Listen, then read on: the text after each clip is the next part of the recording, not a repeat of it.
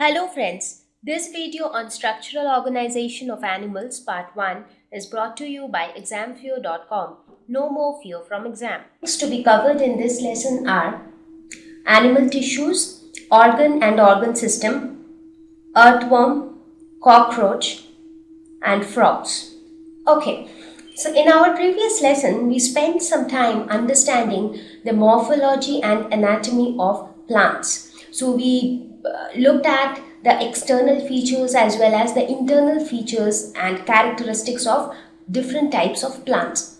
So here in this lesson we are going to concentrate on animals, and when we talk about animals, as you can see on the screen, a lot of variety of them comes into our mind, starting from a small bacteria to small insects to huge animals like elephants, even we human beings, cat, dogs, so many aquatic fishes. So everything comes to our mind when we think of animals. So now in this lesson, we are going to talk about the internal structure of these animals. Now again, in a similar way as we did in case of plants, in order to understand the internal structure, we need to have a thorough understanding on the composition or the basic composition of animals. Now, what is the basic building block of our body? It is nothing but cell.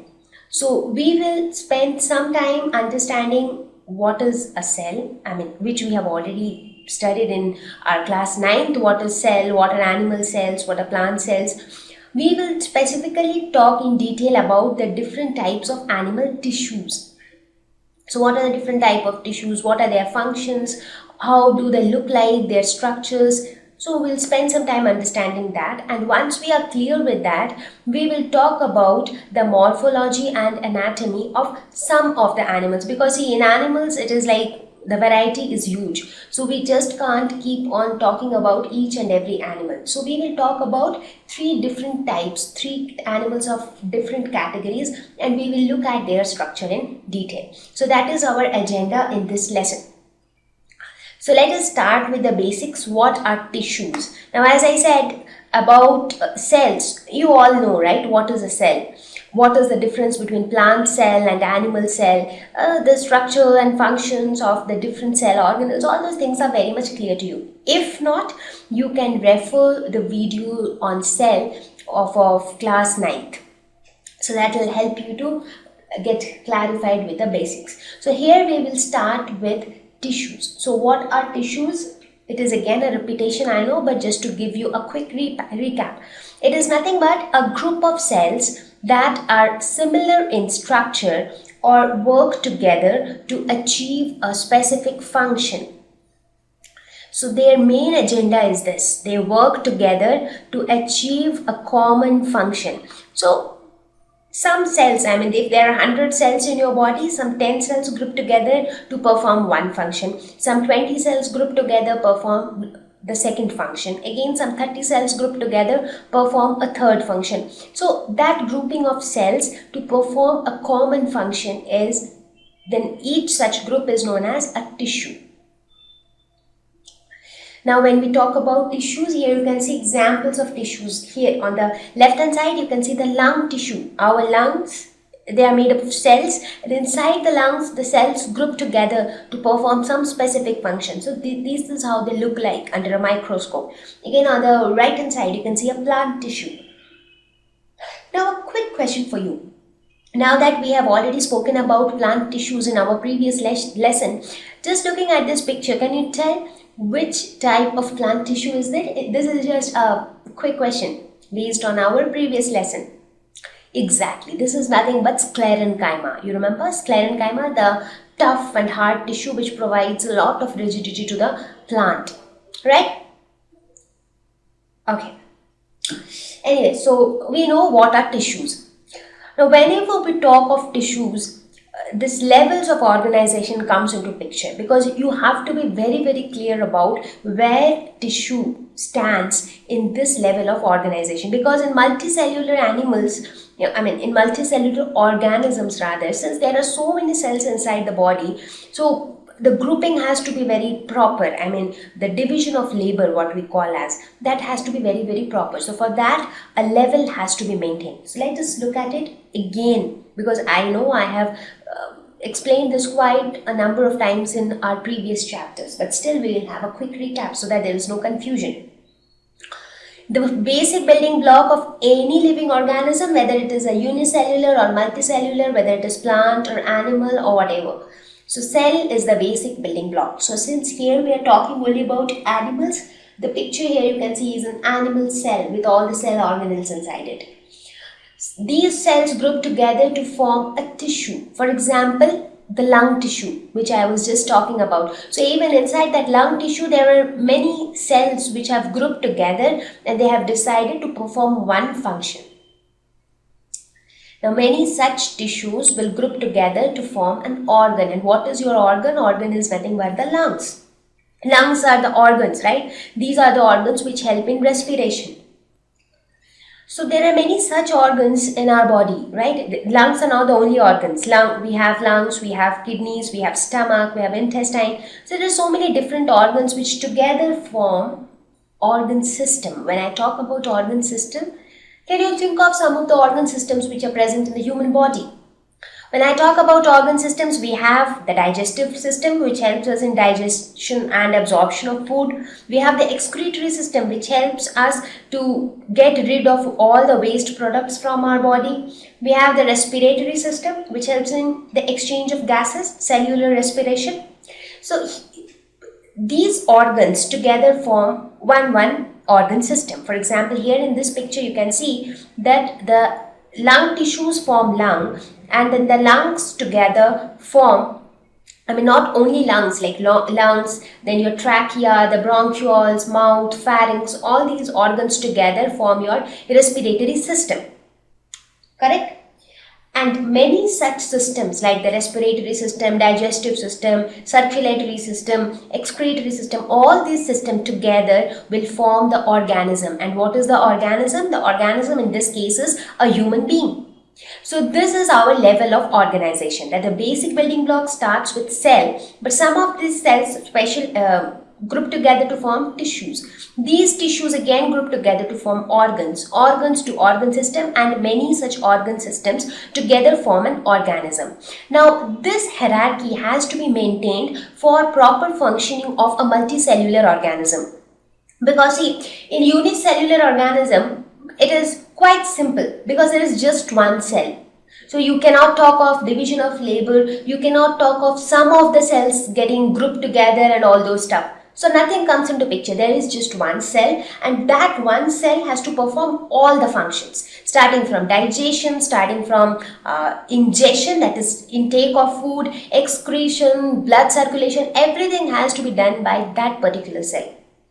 So we cannot talk of all these concepts. But when it comes to multicellular organism, there are so many cells that you actually need a proper systematic process for them to function. Like it is the same example which I give always, which to make you understand it in an easier way is, if you have a class of 200 students and a specific task need to be performed, if you don't divide the task amongst the students, what will happen? It'll all be haphazard and messy, and at the end of it, the task will not be completed at all. Because maybe that all those 200 students will end up doing the same task, right? So that division of labor, this level of organization need to be maintained. It is very, very important. Now the question is, till now we are talking about tissues. Now, are all tissues similar, or do we have different type of tissues? When I talk about different type of tissues, again you might be thinking, okay, in our previous lesson we talked about the different types of plant tissues. Now I'm not going to that level. On a very broader way, like we see so many living organisms, plants, animals, so all of them, do they have same type of tissues? Well, very broadly we say that since there is a lot of difference between a plant cell and an animal cell, therefore there is again some difference between plant tissues and animal tissues. That is why we keep them separate. That is why we do not mix up plant and animals. If you see, we talk about morphology of plant in a separate as a separate thing. Again, we talk about plant tissues as a separate thing. We talk about animal tissues, animal morphology, animal anatomy as a separate thing, because there is a difference at the first level of organization, that is at the cellular level. The cell itself is different in case of plant and in case of animals. So we can say that no, all tissues are not similar. So this is exactly what you can see here. For example, this is your plant cell and this is your animal cell. So many differences, right? For example, in a plant cell, vacuole has a very important role to play because the storage of food is very, very important. So they generally have large vacuoles. Again, in plant cell, you have an additional cell wall for their protection, which is missing in case of the animal cell. Like in plant cell, you have one cell wall and you also have a plasma membrane. But in animals, you just have one layer for protection. So there are many such differences between the two. So based on that, we also talk about plant tissues and animal tissues. Because of this reason, we talk about both of them separately. Now, in our previous lesson, we have already spoken in detail about plant tissues. We have looked at the different types of plant tissues and their subtypes, and we have actually studied it thoroughly. So in this lesson, we will be talking about the animal tissues. Now, before that, let us look at some of the basic differences between plant tissues and animal tissues. When I talk about plant tissues, many of the plant tissues are dead supportive tissues to provide mechanical strength. One of the best example is sclerenchyma. Right? Sclerenchyma, they are all dead cells, but they provide a lot of mechanical strength, because for plants you need a lot of mechanical strength, right? Because they cannot move from one place to another. They'll be static at a place. So if there are winds, there are rains, so there has to be some mechanical strength to withstand all of that. Growth limited to specific regions, so dividing tissues are localized in those regions. This we have discussed in our previous lesson, right? Growth. When we talk about growth, we talk about the growth in length. We talk about the meristematic tissue, the apical meristem. We talk about the growth in width. We talk about the lateral meristem. So basically, we do not see those meristematic tissues present throughout the plant. Right? It is present only in some specific regions, and growth happens only in those regions. Whereas in case of animal tissues, mostly they are living tissues, except for maybe for few exceptions, but otherwise they are all living tissues.